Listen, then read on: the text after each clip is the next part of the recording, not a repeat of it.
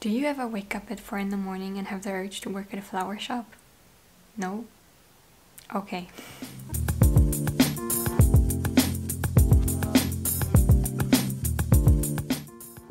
In this video, I'm going to share my experience of working in a Japanese flower shop as a part-time worker as an exchange student in Japan. I have a whole list of things that I'm going to discuss about how to get a job and what I did, what the requirements are, so I'll probably put timestamps if I can figure out how to do them. I was an exchange student from September 2019 to August 2020, and I did 2 part-time jobs while I was there. The first one was organized by the university, so I'm not going to talk about that. The second one I organized all by myself. So towards the end of my stay, while Corona was starting to become more serious, my university decided to hold classes all online, and so I was basically locked up in my room all day, every day, and I felt like that was the perfect time to see a different side of Japan, and so I decided to find a part-time job.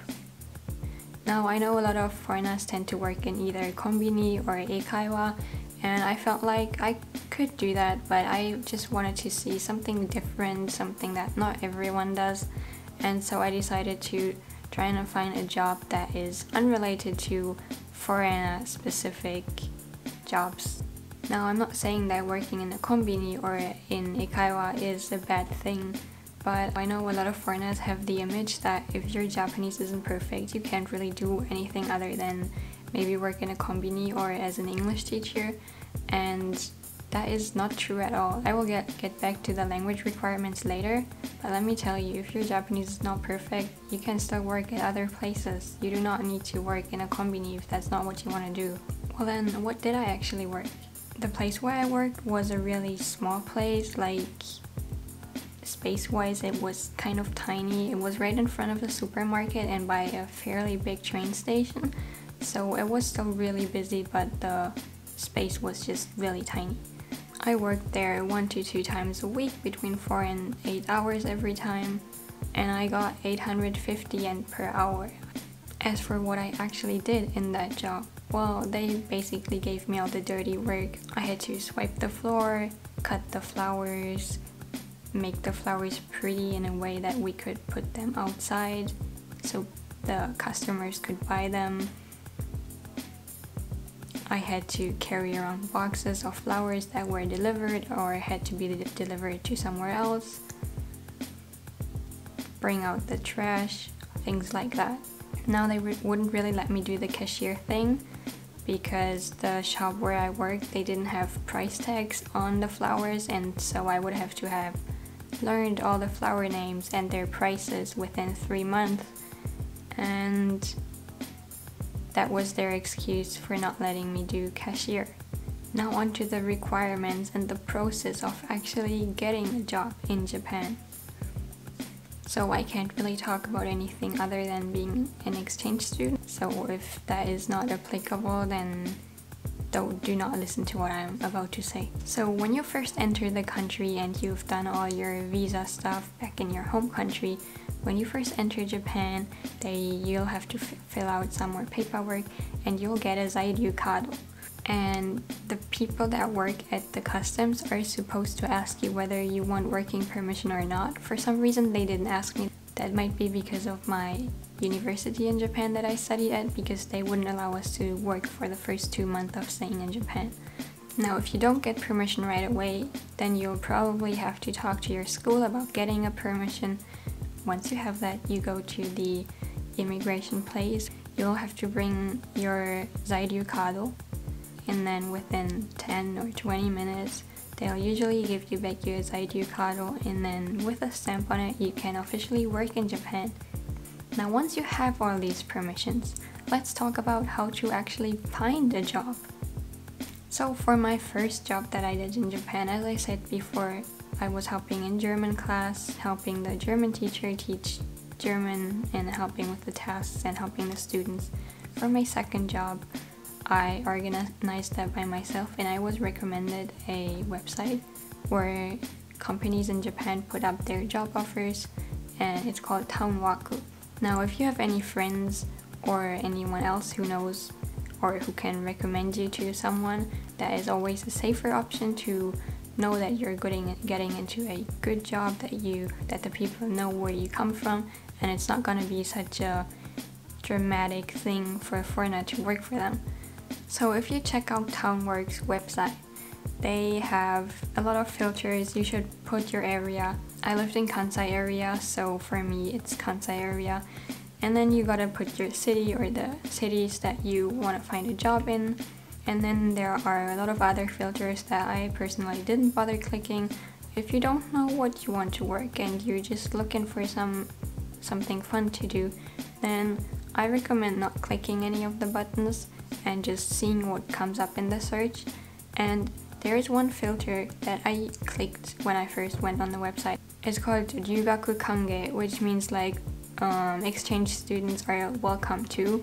I do not recommend you click that, because usually the jobs that will specifically mention that they also welcome foreigners are jobs in konbini and eikaiwa. And a lot of companies, even though they do accept foreigners, they do not specifically state that, and so those results would be filtered out because of the filter. Now, once you found that there is something you could be interested in, you just apply, type in your information. They will very likely need an email address, your phone number, your name obviously, nationality, and you're almost there. And the reason that they need your phone number is that they will call you. They will very likely not send you a letter or an email, they will call you. I applied to 5 different places and I was called by 3 different places. The other 2 didn't bother to reply to me. Now the first call I got was just them telling me that the spot was already taken. The other 2 called me in and asked me to come for a job interview. For a job interview, they will very likely ask you to bring in a CV, but you can find samples of that online. You'll have to fill it in by hand. And that brings me to language requirements before I go on to what the actual job interview looks like. Now, for the language requirements, it obviously depends on what kind of work you want to do. If you work in customer service, in a hotel, in something that requires a lot of contact with people, you will very likely need to have not perfect Japanese, but pretty good Japanese. For anything other than things like that, if you want to work in retail or in a company that doesn't require contact with a lot of customers, I think it is perfectly fine if your Japanese abilities are just at a level where you can hold a conversation, day-to-day conversation. You can understand what the other person is saying, you can ask questions, you can reply to questions, things like that. If you're just starting to learn Japanese and your Japanese is still in the beginning stages, I think it will be really difficult to get through the job interview, but that does not mean you can't apply for them. And now the job interview. As I said before, they will call you, they will ask you to come in for a job interview, you will discuss what days you have time to come to them, and they will ask you very likely to bring a CV. In the job interview, they will at first ask you to introduce yourself, usually just a little jikoshokai to, tell them your name, your age, where you're from, why you're in Japan. They will very likely ask why you're in Japan, so why not just say that right from the beginning? Maybe what you're studying, if you have worked in something similar before, and then they will take a look at your CV, they will just glance over it really quickly, and then they will basically ask you the exact things that you wrote on your CV. I was asked twice at what university I studied, even though it was on my CV. They just want you to answer that. Now, something really funny I noticed is that if your education system from primary school, middle school, and high school is not the same as in Japan, you will probably need to explain to them why you've been in high school for 8 years. In Germany, we have primary school for 4 years, and then we go to high school or secondary school, whatever you want to call it. And so to them it looked like I was in high school for 8 years, which is crazy in Japan, since Japanese high school is only 3 years. So they, of course, were wondering why it took me 5 years longer than the average Japanese person to finish high school. But yeah, that's something you might need to explain, or you might need to explain some of the previous jobs or internships or whatever that you have done, because sometimes they don't have that exact kind of thing in Japan. So if you can just explain that to them, they will see that your Japanese ability is enough, that you're a friendly person if you're friendly, and so on. My first job interview went horribly wrong.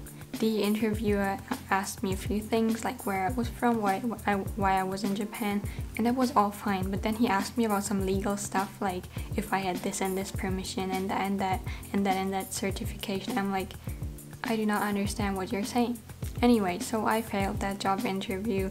I didn't get the job, but that's okay because I totally mistook the job description with what I actually wanted to do, so I'm not too sad about that. The second interview I had was a lot better. It was a little more casual. They asked me, of course, why I was in Japan, what I was doing, what I was studying, why I wanted to work at their company, whether I had worked at something like that before, and then they just asked me all kind of random questions that you get when you're in Japan, like what is your favorite food? What places have you been to? What do you like the most about Japan? The interviewer made me feel really comfortable and I didn't really struggle answering her questions. Of course, my Japanese is not perfect, so there were a few things I had to ask her to repeat or to explain to me, and that seemed to be totally fine. At the end of job interviews, they will tell you that they either call you if you get the job or they will send back your CV if you didn't get the job. And to me, in both interviews, it pretty much sounded to me as if I wasn't getting the job. But for whatever reason, the second place where I applied to, they did give me the job. So they called me and they said that it was okay for me to work at their place and that they wanted me to come in again so that they could figure out the times when I worked. And then I went to the place again. The teacher then went over the legal stuff with me and I signed the paper, and that is when I officially started working in a Japanese flower shop. Yay! I'm just noticing that the video is already really long and I don't know how long it'll be once I cut it down, but I think I'm gonna make a part 2. And I also want to share a few things I learned about working in Japan, but also Japanese related things that I learned while working there.